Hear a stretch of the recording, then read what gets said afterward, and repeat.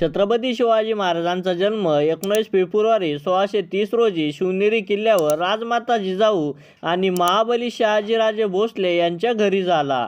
छत्रपती शिवाजी महाराजांना 8 पत्नी होत्या। त्यांची नावे सईबाई, सोयराबाई, पुतळाबाई, काशीबाई, साकवारबाई, लक्ष्मीबाई, सगुणाबाई आणि गुणवत्ताबाई असे होते। आणि छत्रपती शिवाजी महाराजांना एकूण 8 संतती होत्या। त्यांची 2 मुलं छत्रपती संभाजी महाराज आणि छत्रपती राजाराम महाराज होते आणि त्यांना एकूण 6 मुली होत्या। त्यांची नावे सखूबाई, रानूबाई, अंबिकाबाई, राजकुंवरबाई, दीपाबाई, कमलाबाई अशा 6 मुली होत्या।